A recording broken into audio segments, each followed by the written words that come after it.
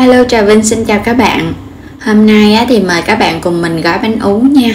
Một cách gói đơn giản, bánh ú rất là đẹp, ngon mà không cần nấu. Với hai cách làm này thì mình có ngay một món bánh ú hay là bánh tét siêu ngon chỉ với 30 phút hấp thôi. Bánh dẻo ngon, thơm phức cùng với nhân đậu xanh và thịt.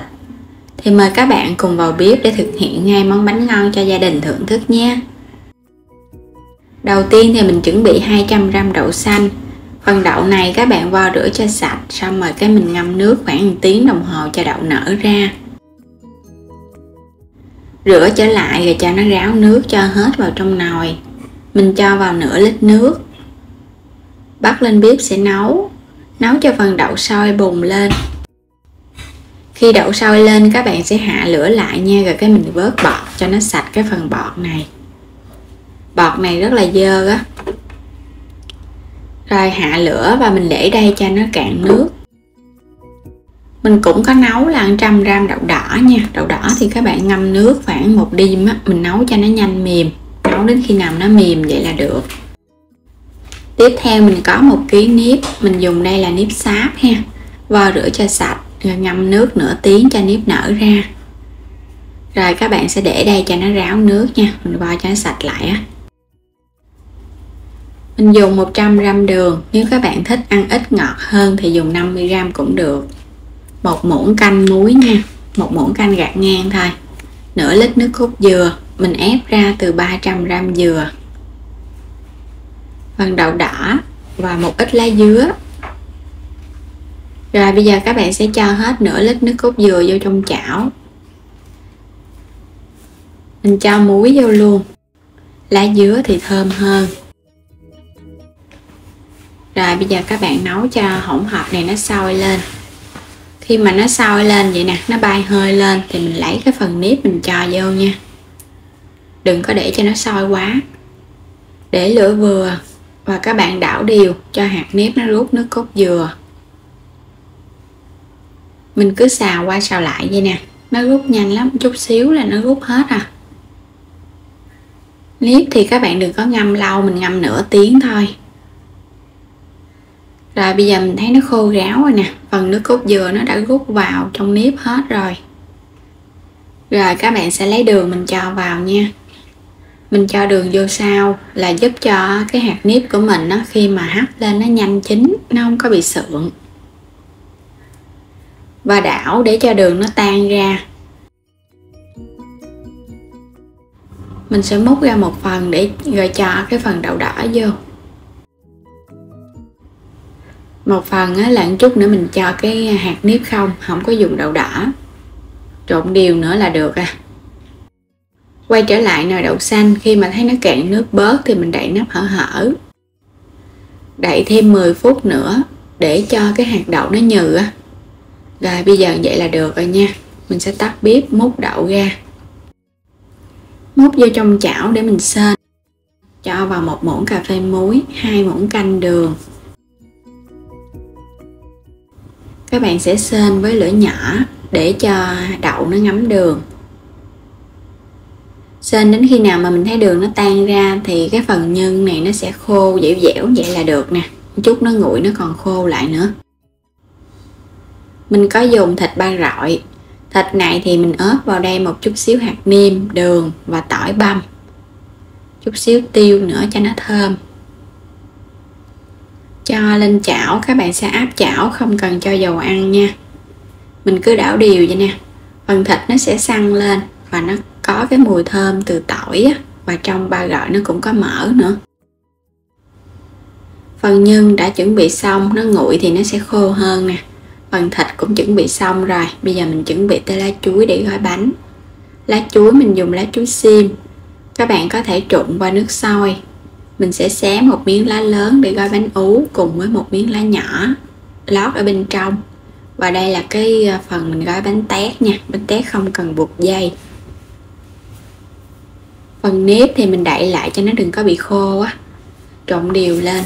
Nếp mà các bạn xào trước vậy nè, nó béo. Và khi mà mình gói nó cũng dễ nữa. Nó không có bị rời ra đó. Nó sẽ quyện lại. Dàn mỏng ra. Mình gói bánh tét trước. Ép xuống cho hạt nếp nó chặt. Rồi các bạn hãy múc nhân mình cho lên trên, cho thịt vào giữa luôn. Rồi sẽ túm cái phần nếp lại nha. Phần nếp nó quyện với nước cốt dừa cho nên là nó dẻo, nó định hình á. Các bạn sẽ túm cho nó hơi chặt chặt tay, để khi mình gói cái bánh mình hấp xong á, cái bánh của mình nó dẻ ngon. Cuộn nó lại. Hai cái đầu này thì mình sẽ túm nó lại nha, cho nó hơi sát sát. Xong rồi cái ốp cái đầu lá xuống là được à. Đây, một cách gói siêu đơn giản luôn, không cần dây buộc. Mình sẽ gói tiếp cái bánh ú, lót ở bên trong một miếng lá nhỏ, xong rồi cái xếp lại thành hình tam giác. Xếp vậy nè, các bạn gói dễ lắm, mà ra cái bánh nó đẹp nữa. Rồi mình lấy ở bên trong vậy nè, múc nếp cho vô. Và với cái cách gói bánh ú này các bạn cũng có thể áp dụng với bánh ú nước tro, hoặc là mình làm bánh ú lá tre cũng được nữa. Và cho nhân vào giữa, cũng tương tự mình cho thịt vô trong luôn. Cho thêm phần nếp lên trên và túm thành 4 cái góc. Rồi mình úp hai cái đầu lá hai bên vậy nè, cho nó sát vô để nó ra thành 4 cái góc á, thì cái bánh nó đều hơn. Vậy là xong một cái bánh ú rồi. Mình sẽ buộc dây luôn nha. Nếu các bạn không thích buộc dây cũng không sao nữa. Phần này thì mình cứ để yên trong cái nồi hấp rồi hấp luôn cũng được. Buộc dây á thì ra cái bánh nó dẻ hơn. Rồi mình sẽ buộc cho cọng dây nó cứng lại luôn. Có ngay một cái bánh ú. Một cách gói bánh tét thứ hai nữa. Cái phần này nãy mình lấy nếp trắng nè, không có cho đậu, cũng cho nhân vào. Nếu các bạn thích ăn đậu luôn thì mình cũng cho vô luôn, khỏi phải múc cái phần nếp ra. Và cuộn lại. Mình túm hai cái đầu nó nha, mình chéo cái đầu nó lại vậy nè. Rồi ghim cái phần đầu cho nó cố định. Cái cách này thì nó dễ hơn. Và với cách này thì cái hạt nếp của mình nó dẻ hơn á, tại vì hai cái đầu lá đã được cố định lại rồi. Làm xong hết rồi những cái bánh ú, nhân đậu xanh, thịt ba rọi và những cái bánh tét siêu đơn giản, không cần dây buộc. Bánh ú rất là dễ thương luôn. Tổng cộng được bao nhiêu đây bánh nè? Tùy theo các bạn gói bánh lớn nhỏ và cái kích thước nó khác nhau thì cái số lượng nó nhiều ít cũng khác nhau. Rồi bây giờ mình sẽ chất vô trong xửng để đem đi hấp. Và trước khi hấp bánh thì các bạn bắt sẵn nồi nước sôi để mình cho bánh vào hấp thì bánh không có bị sượng nếp. Chất vô, rồi cho hết vô trong nồi. Nước đã sôi, các bạn sẽ để lửa lớn nha. Và mình hấp trong vòng nửa tiếng đồng hồ thôi. Nồi bánh mình hấp được nửa tiếng. Bánh này đã chín rồi nè. Các bạn có thể ăn được ngay, nhưng mà muốn ngon hơn nữa thì mình sẽ đậy nắp lại. Rồi mình tắt bếp ha. Mình giữ ấm thêm 1 tiếng đồng hồ nữa. Nó có được hơi ấm thêm tiếng nữa thì hạt nếp nó nở ngon hơn. Và cái bánh khi mà mình để trong nồi á, nó dẻ ngon nữa. Bây giờ nó vẫn còn hơi ấm ấm nhẹ nhẹ. Chỉ với 1 kg nếp thôi mà ra nhiều bánh nè, nhóc luôn. Những cái bánh ú, bánh tét hay là bánh nếp, nhân đậu đỏ, nhân đậu xanh, nhân thịt. Hạt nếp dẻo, ngon. Mình không cần buộc dây nha, mà bánh vẫn ngon nè. Cái bánh ú. Bánh ú này nếu mà các bạn thích cho hạt nếp nó nở nhiều ngon hơn nữa thì có thể hấp 1 tiếng đồng hồ. Nhưng mà mình thấy vậy cũng ngon rồi nè, nó chín đều. Rất là hấp dẫn luôn. Bánh nếp trắng, bên trong là nhân đậu xanh thịt. Rồi bây giờ thì mời các bạn cùng thưởng thức nha. Bánh tét,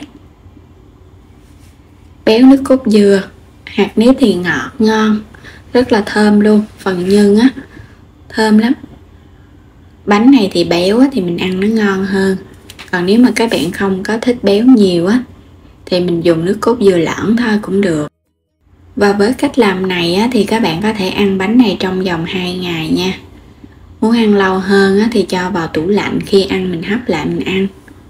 Và đến đây thì mình cảm ơn các bạn đã theo dõi hết video này. Vui lòng đăng ký kênh để nhận những video mỗi ngày, xem kênh ủng hộ mình. Xin chào tạm biệt và hẹn gặp lại các bạn ở những video tiếp theo.